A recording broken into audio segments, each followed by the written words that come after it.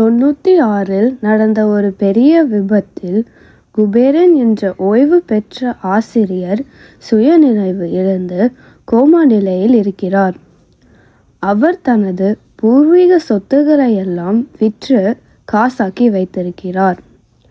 அந்த காசை எங்கு வைத்திருக்கிறார் என்பதை கண்டறிவதுதான் கதை. கதைக்குள் செல்வோமா? நான் என்னெல்லாமோ பண்ணி பார்த்துட்டேன். ஆனா உங்க அப்பாவுக்கு நினைவு வர மாதிரி தெரியல. அப்பா பணத்தெல்லாம் பத்திரமா வச்சிருக்கிறாரான்னு தெரியல. அப்பா கிட்ட ஒரு 10 கோடி ரூபாய்க்கு சொத்து இருக்குமோ? அதுக்கு மேலே கூட இருக்கும். அந்த விஜிபி பக்கத்தில் இருக்கிற நிலம் மட்டும் எனக்கு வேணும். ஏன் அதை வச்சு நீ என்ன பண்ண போற? அதுவா, அங்க என் கணவர் ஒரு சர்பத் கடை போடலாம்னு சொன்னாரு. சரியா போச்சு. இது மாதிரி அல்ப யோசனையெல்லாம் உன் வீட்டுக்காரருக்கு தான் வரும். அதெல்லாம் விடுங்கம்மா. முதல்ல அப்பாவை எப்படி கோமாலேருந்து எழுப்பணும்னு யோசிங்க. வேக ஒரு டாக்டர் கிட்ட காட்டலாமா? டாக்டர் தானே, இதோ கூப்பிடுறேன். அது எப்படி டாக்டர் உடனே வந்துட்டாங்க? 10 நிமிட நாடகத்துல முன்பதிவு பண்ணிட்டா கூட்டிட்டு வர முடியும்? கவலைப்படாதீங்கம்மா. நீங்க நினைக்கிற மாதிரி உங்க மகள்களும் நினைக்கிற மாதிரியே உங்க குடும்பத்திற்கு குத்து விளக்கா எல்லாரையும் நல்ல மாதிரி பார்த்துக்க நல்ல குணமாகி சீக்கிரமே வந்துடுவாரு. இவரு டாக்டர் மாதிரி தெரியலையே. ஏதோ கல்யாண மாலையிலிருந்து தப்பிச்சு வந்தவர் மாதிரி இருக்கிறாரே. என்னம்மா இப்படி சொல்றீங்க? நான் நீட் எழுதி டாக்டர் ஆனவன்மா. ஒரு உருப்படியான யோசனை சொல்லுங்க டாக்டர். 96 கோமாக்கு போனதால அதுக்கு முன்னாடி அவருக்கு நடந்த நிகழ்ச்சிகளை எல்லாம் அவர் கண் முன் நடத்தி காட்டலாம், அல்லது அந்த இடத்திற்கு கூட்டிட்டு போய் காட்டலாம். ஒருவேளை அதுல அவருக்கு நினைவு திரும்பலாம். சரிங்க டாக்டர், அப்படியே பண்ணுவோம். சரியா சொன்னீங்க, அப்படியே செஞ்சு பார்க்கலாம்.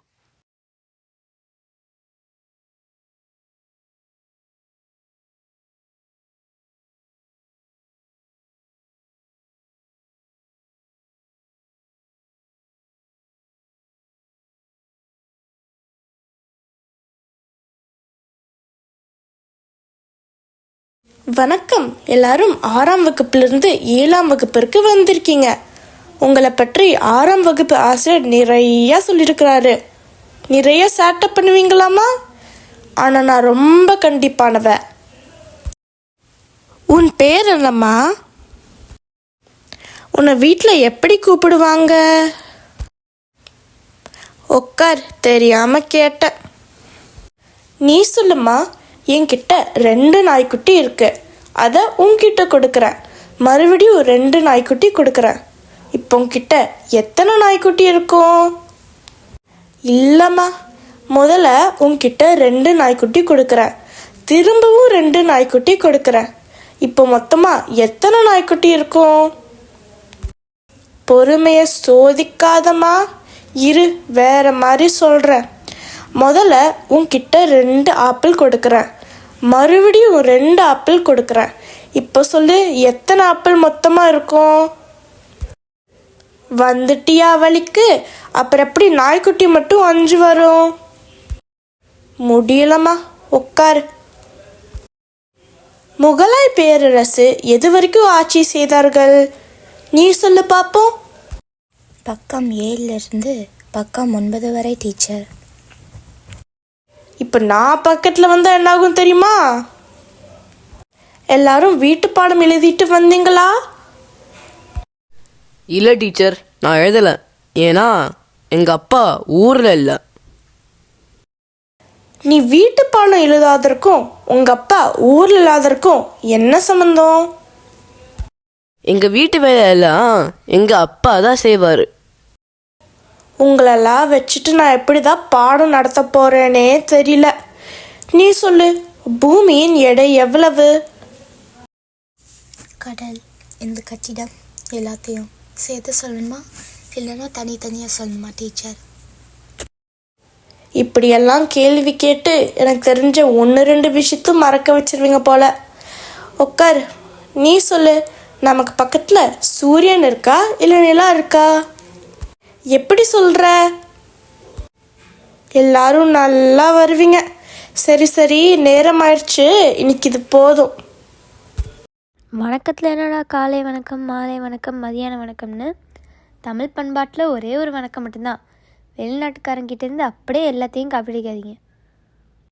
சரி, இப்போ எல்லாரும் தமிழ் புத்தகத்தை எடுங்க. நாம் இப்போ சிலப்பதிகாரத்திலிருந்து நீதி கேட்டு கண்ணகி பேசும் காட்சி பற்றி படிக்க போகிறோம். இதுக்கு இணையான காட்சி இன்னும் எந்த இலக்கியத்திலையும் படிக்கப்படல. 13ஆம் பக்கத்தில் இருக்கிற செய்யுளை நீ வாசிப்பா. டேய் நிறுத்து. அது தேரா மன்னா செப்புவதுடேன். நல்ல வேலை, இளங்கோவடிகள் உயிரோடு இல்லை.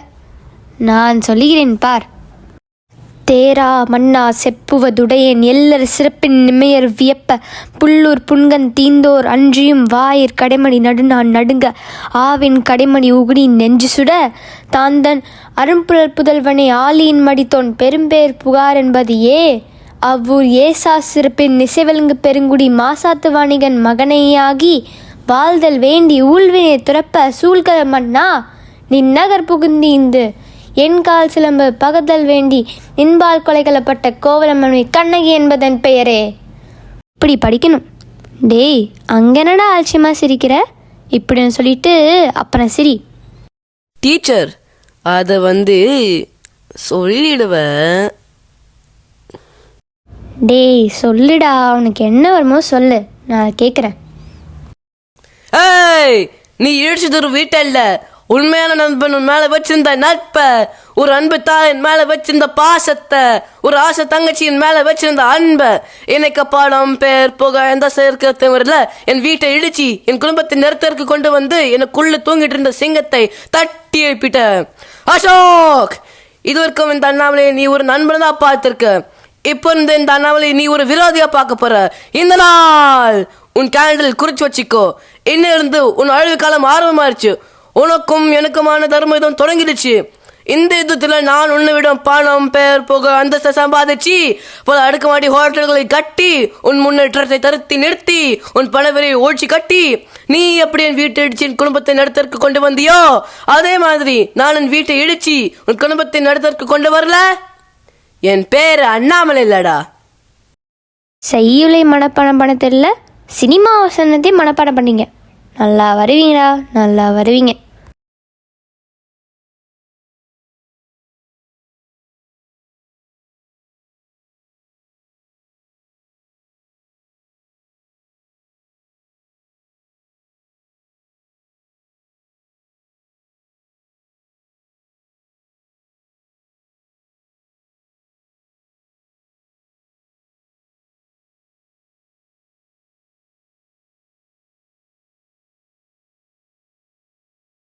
என்னப்பா எப்படி இருக்க?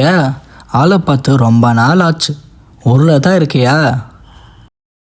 ஆமாம், இங்கே தான் இருக்கேன். அது ஒன்றும் இல்லை, நம்ம பள்ளிக்கூட வாத்தியாக இருந்தானே குபேரன், தெரியுது அடையாளம்? இன்னும் கோமால இருக்கான்? இவனை கோமாலிருந்து எழுப்பதான் நாங்கள் எல்லாரும் முயற்சி செய்யறோம். பழகின இடங்களுக்கெல்லாம் கூட்டிட்டு போக சொன்னாங்க டாக்டர்.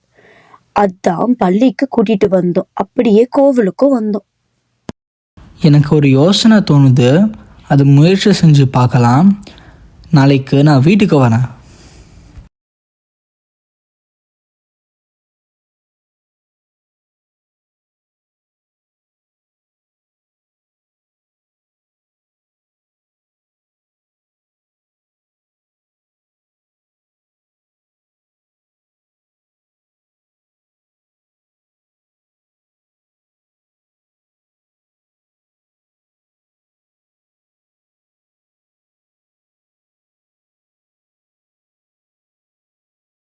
வாங்க வாங்க, அப்பாவின் நண்பர் இவர். ஒரு யோசனை இருக்குன்னு நேத்து சொன்னார். முயற்சி பண்ணலாம்னு வந்திருக்கார். ரொம்ப நல்லது. என்னங்க, உங்களுக்கு குணமாகிருச்சு. இவங்க நம்ம பிள்ளைகள். வளர்ந்து பெரியாளாகி விட்டாங்க. அப்படி என்ன சொன்னீங்க அவர் காதுல? உடனே எழுந்துச்சுட்டாரு. அதுவா, 6 ரூபாய் நோட்டெல்லாம் செல்லாதுன்னு அறிவிச்சிட்டாங்கன்னு சொன்னேன். உடனே எழுந்துட்டான். நல்ல வேலை செஞ்சீங்க. மிக்க நன்றி.